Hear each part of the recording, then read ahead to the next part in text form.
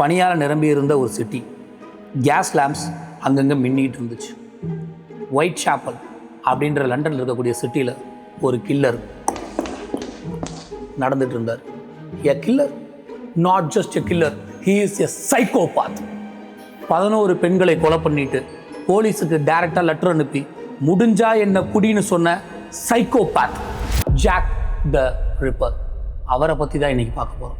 This is Praveen Kumar Mangalaraja. Welcome to the மர்மோரா.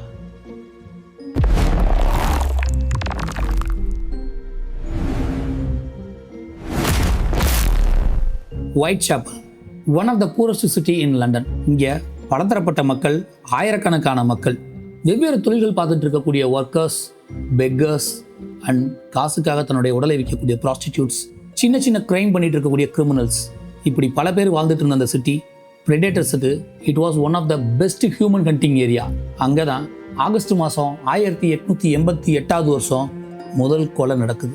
The fear begins.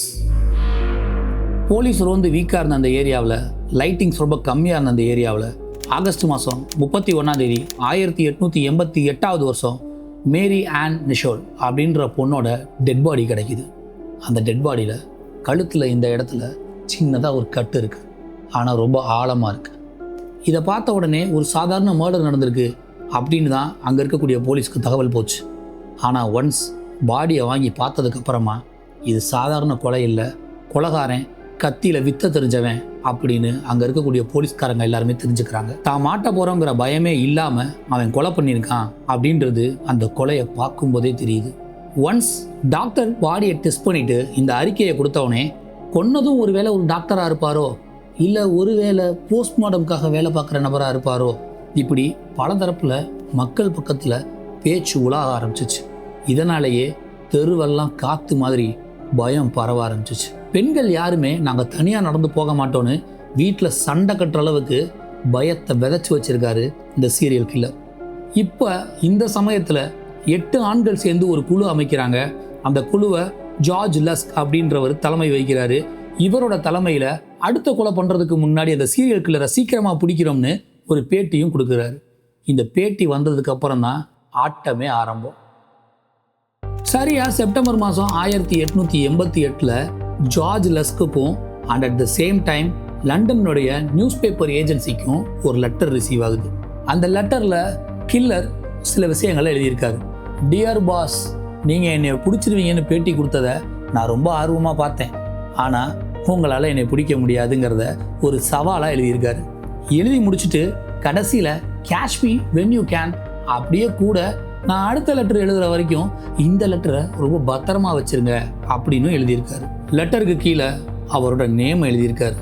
உலகம் பூரா அந்த பேர் பிரபலமாக போகுதுன்னு அப்போ அவருக்கு தெரியாது. Jack the Ripper. சரியா லெட்டர் வந்த 3வது நாள் ராத்திரி 1 மணிக்கு லூயிஸ்ங்கிறவர் தன்னுடைய குதிரையை யார்டில் கட்டுறதுக்காக கூட்டிகிட்டு போயிட்டுருக்காரு. அந்த சமயம் குதிரையோட காலில் ஏதோ ஒன்று தென்படுது. என்னன்னு போய் பார்த்தா எலிசபெத் ஸ்ட்ரைடு அப்படின்ற 30 வயது தக்க பெண்மணியினுடைய பாடி அங்கே கிடக்கு. இவர் வேகமாக போலீஸுக்கு தகவலை சொல்கிறாரு. போலீஸ் அங்கேருந்து வந்து பார்க்குறாங்க. ஷார்ப்பாக 1 மணிக்கெல்லாம் இந்த சம்பவம் நடந்துகிட்டு இருக்கு. அதே நாள் அதே நேரம் 1:45 இன்னொரு பாடியை அங்கே இருந்து ரொம்ப பக்கத்தில் இருக்கக்கூடிய ஒரு ஏரியாவில் கண்டுபிடிக்கிறாங்க.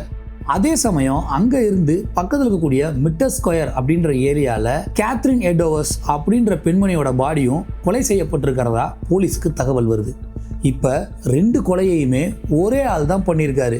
இதைய எப்படி ஐடென்டிஃபை பண்ணியிருக்காங்க அப்படின்னு பார்த்தீங்கன்னா, கேத்ரின் எடோவர்ஸ்னுடைய பாடியில் இருக்கக்கூடிய கிளாத்தை கட் பண்ணி எடுத்துகிட்டு வந்து ப்ரீவியஸாக இறந்து கிடந்த அந்த எலிசபெத் ஸ்ட்ரைடோட பாடி பக்கத்தில் கில்லர் போட்டுட்டு போயிருக்காரு. அண்ட் த சேம் பேட்டர்ன், கழுத்தை அறுத்து அவங்கள மியூட் பண்ணி அதுக்கப்புறமா கொலை பண்ணியிருக்கக்கூடிய அதே பேட்டர்ன். இதில் ஷாக்கிங் நியூஸ் என்ன அப்படின்னு பார்த்தீங்கன்னா, கடைசியாக செத்து கிடந்ததா போலீஸுக்கு வந்த தகவலில் இருந்த அந்த கேத்ரின் எடோவர்ஸ் பாடியில் கிட்னியை காணோம். டபுள் ஈவெண்ட்டை பண்ணிவிட்டு அதுக்கப்புறம் கொஞ்ச நாள் கழித்து போலீஸுக்கு ஒரு லெட்டர் ரிசீவ் ஆகிருக்கு. யார் தன்னை ரொம்ப ஆர்வமாக தேடிக்கிட்டு இருக்காங்களோ அந்த போலீஸான ஜார்ஜ் லஸ்க்குக்கே லெட்டரோட சேர்த்து ஹாஃப் கிட்னியையும் அட்டாச் பண்ணி அனுப்பியிருக்காரு. மீதி ஹாஃப் கிட்னியை நான் என்ன பண்ணினேன் அப்படின்னு அவர் அதுலேயே எழுதியிருக்காரு. I fry it and ate it அப்படின்னு எழுதியிருக்காரு. இட் வாஸ் ஸோ டேஸ்டின்னு வேறு எழுதியிருக்காரு. ஆனால் இந்த லெட்டரில் சின்ன சின்ன ஸ்பெல்லிங் மிஸ்டேக்ஸும் இருந்திருக்கு. அதனால் நிறையா பேர் இதை ஜாக் எழுதலை, ஜாக்கோட நேமை வச்சு இன்னும் கொஞ்சம் பேர் போலீஸை இந்த மாதிரி எழுதி விளையாட்டு காமிச்சிட்ருக்காங்க அப்படின்னும் பேச்சுவார்த்தையில் சொல்லிகிட்டு இருந்தாங்க. ஆனால் கிடைச்சது என்னமோ உண்மையான ஹியூமன் கிட்னி தான். போலீஸுக்கு லெட்டர் ரீச் ஆனதுக்கப்புறமா அந்த லெட்டர் நியூஸ் பேப்பர் ஏஜென்சி மூலமாக அச்சடிக்கப்பட்டதாக சொல்லப்படுது. அதுக்கப்புறம் மக்களுக்கு பயம் ரொம்பவே அதிகமானதாக தெரியப்படுது.